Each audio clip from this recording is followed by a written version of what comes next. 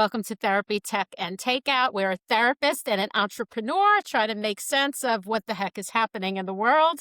I'm Tony Teixeira. I am a therapist, entrepreneur, recovering overthinker, and a bit of an ethics nerd. And I'm Jackie Toll, an entrepreneur, unapologetic spreadsheet addict, and a low-rent stand-up comedian. So, Tony, what you vibing on this week? What's new with you? Snow and more snow. Yeah. Been a lot of snow in the Northeast. It's been really brutally cold up here. We got a little window of like warmth, like instead of it being 10 degrees, or 9 degrees, because we were in single digits for a while. Like we're 35 degrees. So I'm like excited about Right? You got your swimsuit ready. I went out with my husband over the weekend. He's like, aren't you going to put on a hat? And like, you didn't even zip up your jacket. I'm like, this feels refreshing. This is summery. Well, I'm Yeah. glad you're getting a little bit of a break. I was up in the Northeast and I saw how much snow there was up in the Connecticut, Boston area, and I just hadn't seen that volume. You know, there were stop signs where you're like, is that for a different road? Because there's so much snow between where you are and where the sign is and stuff. Real interesting. So I hope everybody up there, including yourself and your family, are staying safe on those we roads. are. And Well, so what's awesome. happening with you? What's new for you? Lots of travel. And also we started our plumbing project at my office. Nice. Yeah. And I just found out before we hopped on the call that our electrical permit was approved. So it's always fun to be getting into a new venture. And then, traveling all around. I was up in Salem for Valentine's Day, and my friend and I did this anti-Valentine's Day tour. It was so much fun. I have to give a little shout out to Salem. I think it's Salem Night Tours or something like that. They did a great job. Really fun. Our tour guide, Penny, was full of fun anecdotes and jokes and kept everybody involved. It was a real good time. So Yeah. Was it like a haunted tour or witch tour?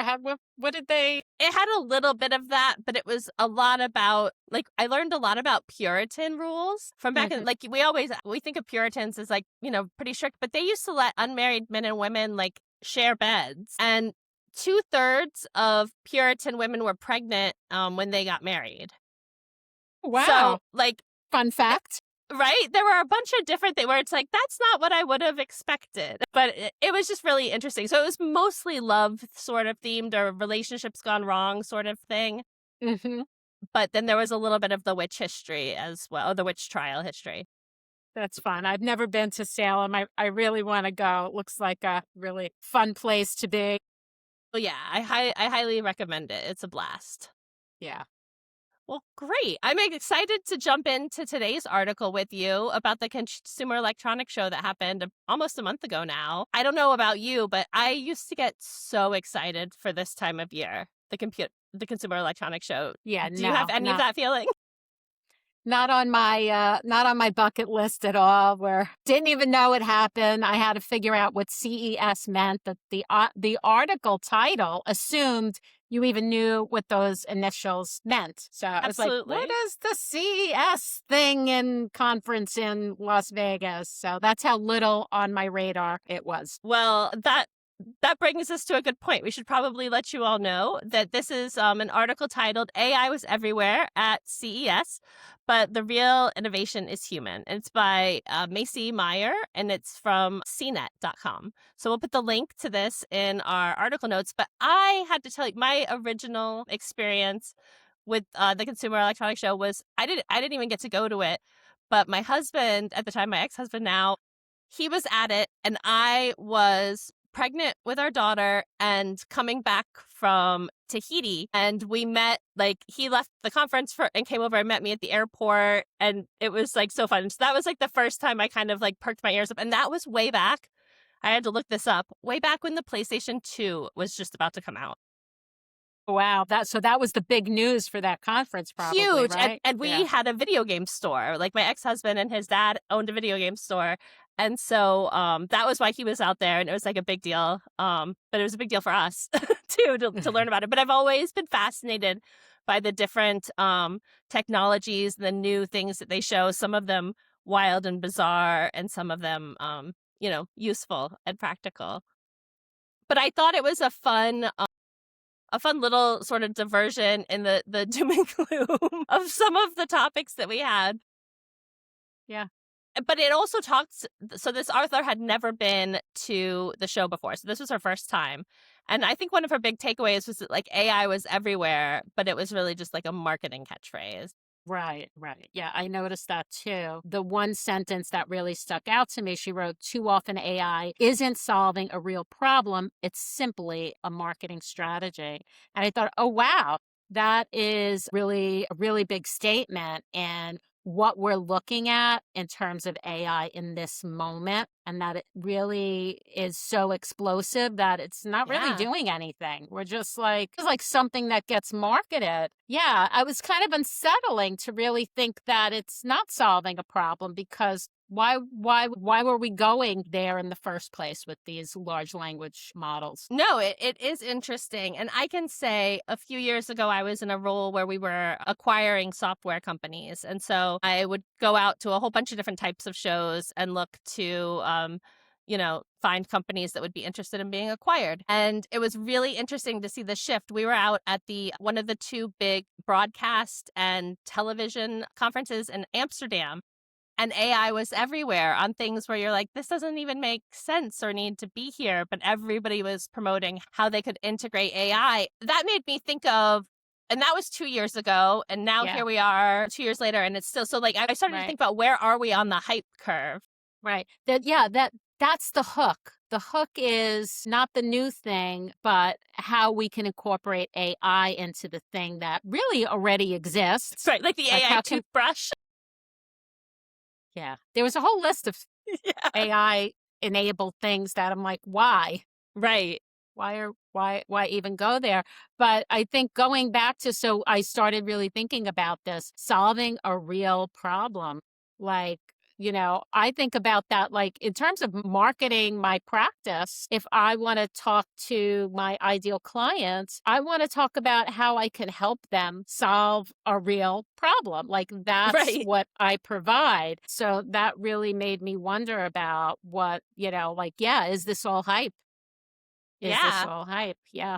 And like the one thing when I started to think about the hype curve as it relates to that, you came to mind because I was like, I wonder what it is about how our brains are wired where Yeah. we have this pattern, right? That like Right. marketing folks like Gartner have recognized where we get very excited about a new technology that Yeah. doesn't necessarily have the ability to live up to the promises and then everything kind of falls off for a while and until it decides is this viable in a certain context or does it just Yeah. go away forever? I mean, that applies to everything. We're wired to crave novelty.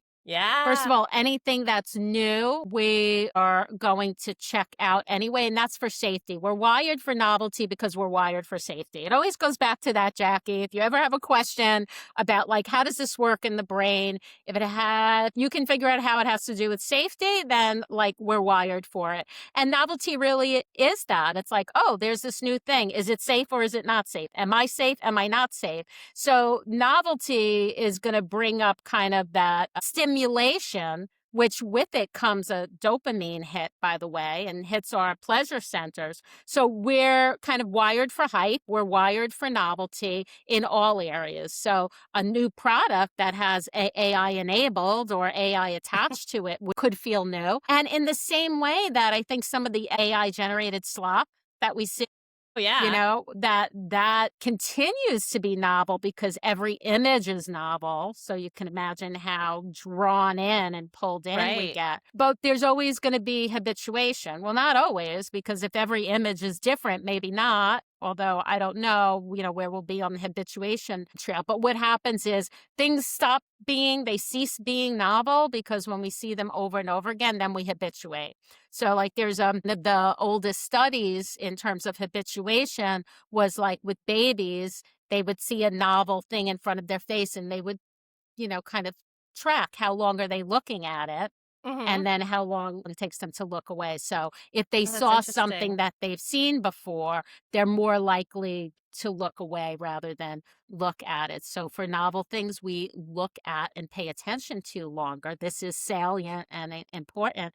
For sure. If if it's something we've seen, we habituate. We're like, okay, that's background I can noise. We get categorize used to that it. somewhere. Yeah. Well, that's so cool. Right. And But so, I I don't mean, know it how makes that would sense that work. companies are trying to leverage that reaction by putting AI, or at least the term Right. AI, into everything. Right. But we can actually we can habituate to the term AI after a while, right? For So sure. if every product is AI enabled, then that's the baseline. Then we're used to that. Absolutely. It Yeah, does and then it's start to not not novel anymore. mean, yeah, Yeah, and she talked about, or I don't I don't remember the I name think of it's a the she. I think it's a Macy.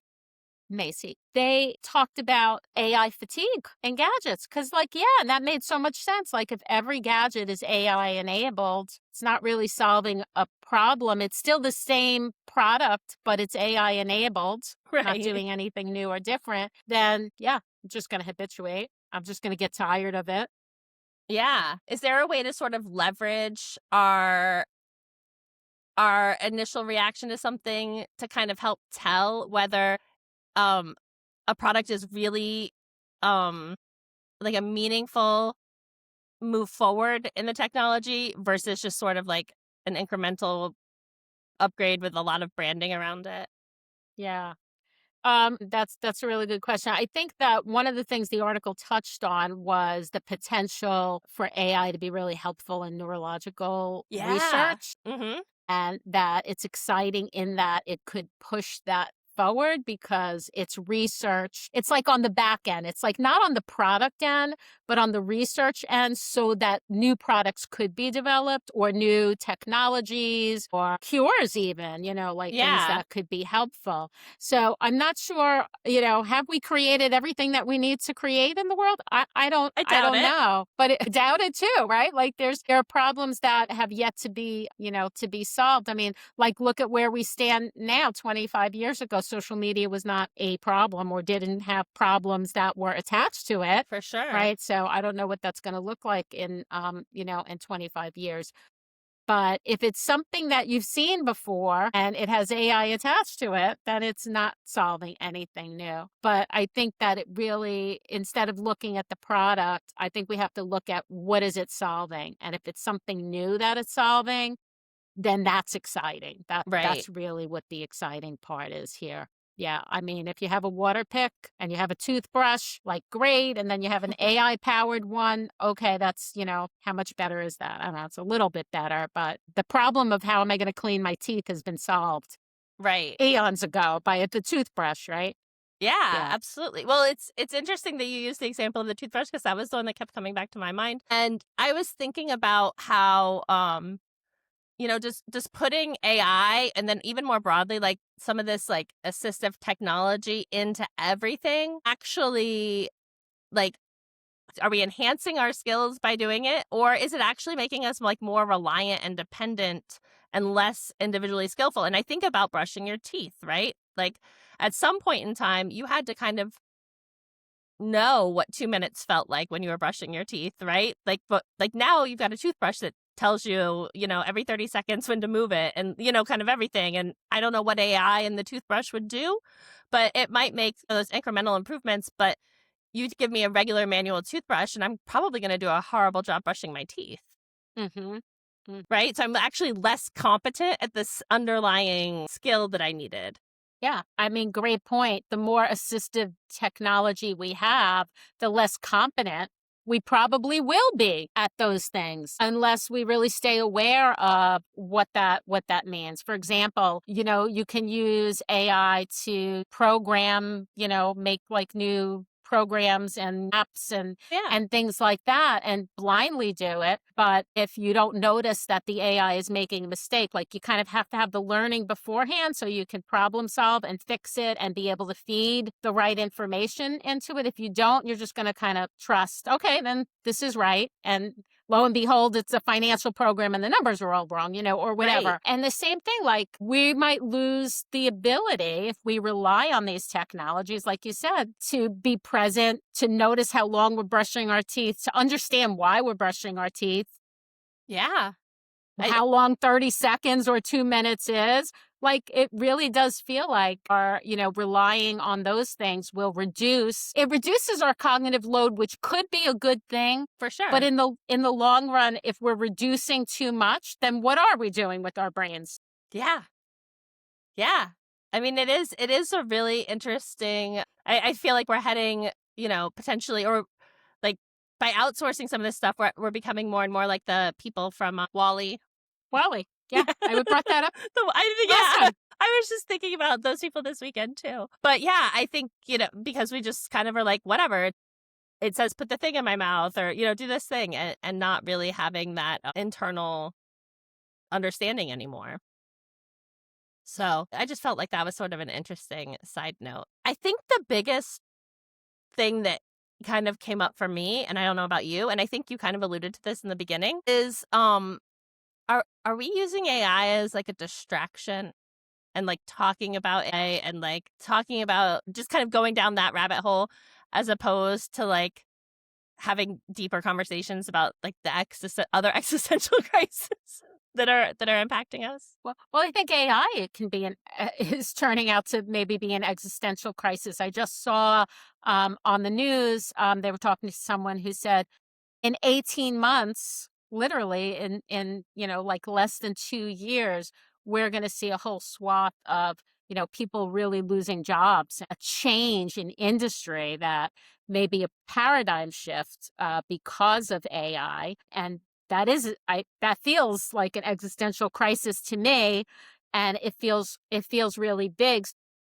Uh, I think we're talking about it sometimes to distract us from the reality of how much damage it might really do to people's careers, people's businesses, livelihoods, and how we're going to move forward in the world. They couldn't predict this 25 years ago, 10 years ago, even Right. 3 years ago. It was very different. And it's moving at such a breakneck speed that, like we're going to see huge shifts. Oh, I mean, that's the prediction over the next 18 months that things are going to look vastly different. So our little AI technologies and little gadgets that we're maybe obsessing about and talking about and we think are really cool, I feel like it almost does distract us from, like, it's like, here's this cool thing that's great, you can use it today, but we're not talking about the big picture stuff, how that's really gonna change a lot of people's lives, and not Absolutely. necessarily for the better.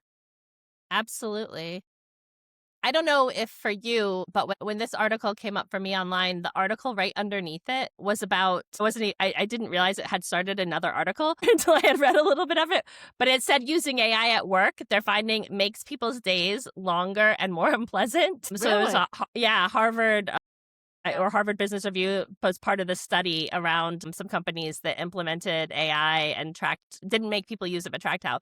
So it's interesting to see, the negative impacts of it. And, the other things that, potentially could fuel, like, I feel like it's like, we're not dealing with the underlying issues. Like, technology has forever come along and like had massive impacts on, certain sectors of the economy.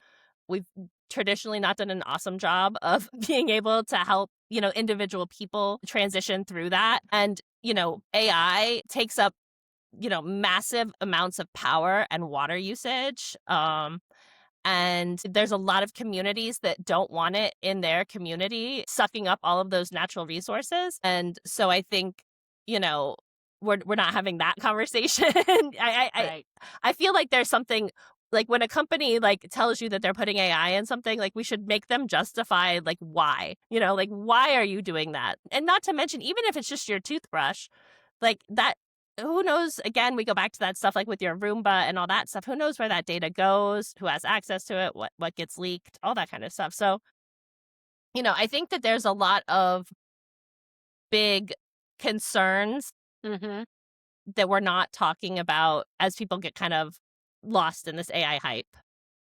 For The sure. impact is profound. You're talking about environmental impacts, personal impacts, economic impacts, privacy issues, so many concerns. So things have been created without the ethical background of like how to, like really how to do that ethically. Yeah. They're creating things that, not really understanding what the impact is going to be. And it's kind of like, they don't stand up research unless an ethics board, an institutional review board, IRB, reviews it beforehand, thinking about what the impacts are. The smallest university, like the smallest grant and the smallest research study, thinks about, the people who are driving that, think about the impact of that one little tiny study.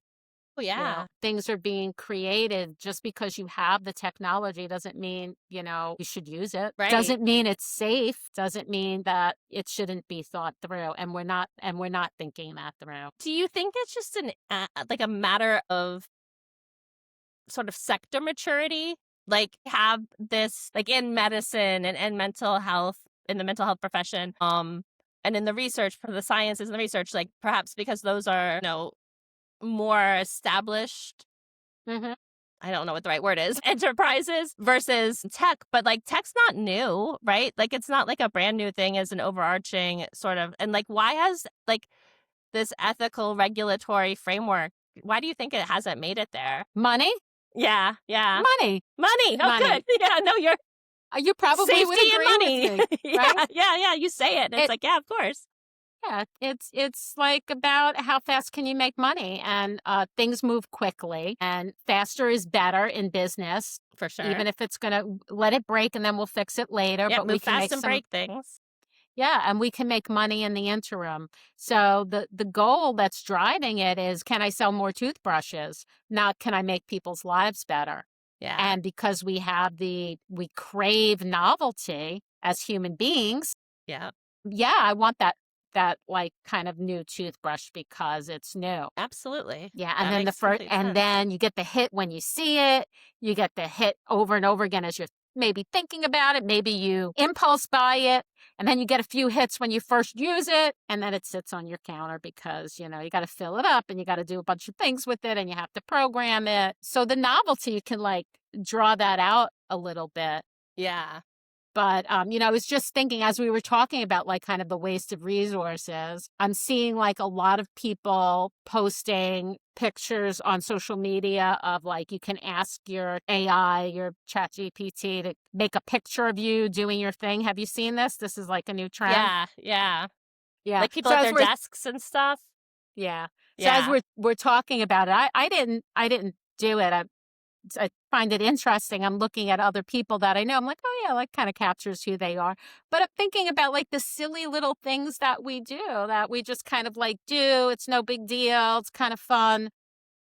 But no one tells us like how much energy, is going into Making that creating picture. those. Yeah. Yeah, making that picture. We're not, comes back to literacy. We were talking, I think, last time about AI literacy. So it'd be really great if we had that, because then maybe we could make some choices, just like we know, maybe not so much what foods we should eat. Like I was just going to use that as an example. We kind of know that you shouldn't eat ice cream for every meal. Right? Yeah, like yeah. The high level, right?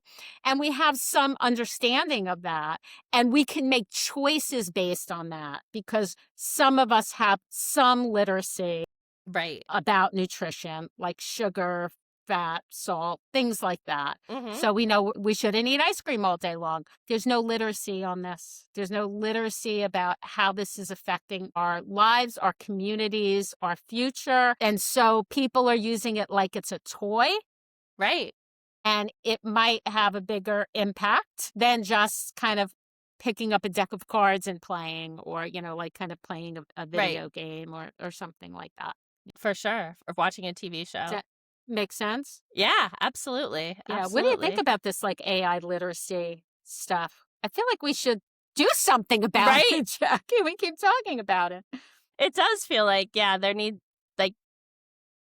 we need to do something about it. Like, and, and I think it can even be integrating, as we were talking, I was thinking about, well, how, like, when you go to search for a flight online, you can see the different carbon impacts. So if that's important to you, you can kind of see, and make that as part of your criteria when deciding which flight you want to take, right?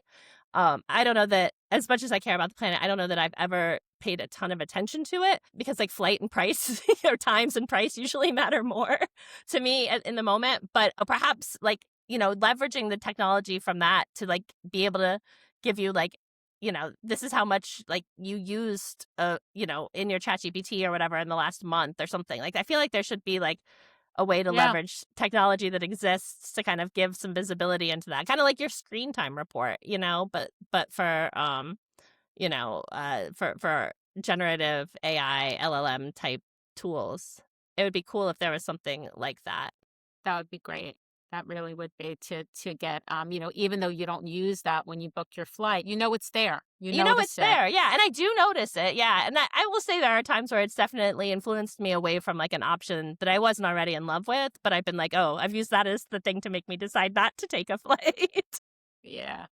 But no, I think I'm gonna look around and see if I can find anything that is doing something like this now, so we could share it with our readers. But I do think like let's make sure Yeah. we keep talking about this because AI literacy is a really important topic. I think. That's right. That's right. Absolutely. I think it's an important place to go as this is growing exponentially, so quickly that we really need some tools to know Yeah. more about it and not just blindly using it. I mean, it's like, getting a chainsaw, right? And like not reading the instruction book. Like, how does this thing Yeah. work? Right. Let's just start it. That's my Yeah. approach usually. But it doesn't seem but like it's a kitten, Yeah. right? It's like the kitten that you got that you don't know is really a chainsaw in disguise. Right. It looks mild-mannered and it's not gonna, kind of do anything dangerous, but there's the potential there. So just understanding how it works, I think that's enough to have choice Right. and make conscious decisions about how to use it. So like I'm all about choice, like really understanding Yeah. what we're given. What I loved about the article Mhm. was Macy really talks about then the humanity and the Yeah. people next to her, the Mhm. friends, the enjoyment, the being at the conference that's irreplaceable. Right. That is something that I don't want anyone to forget, that we can use all these tools, but in the end, we want to really make sure that we're kind of feeding our souls with other people, Yeah. and human beings. So that was really refreshing and like a nice little like piece in the article about Right. the irreplaceableness of human beings. Yeah. Yeah. No, I love that. Well, awesome. Thanks so much for your time today, Tony. I've really enjoyed digging into this with you. I hope our listeners did too. Guys, don't forget to like and subscribe, and we will see you all next week with an all new episode. Take care, everybody. Bye bye.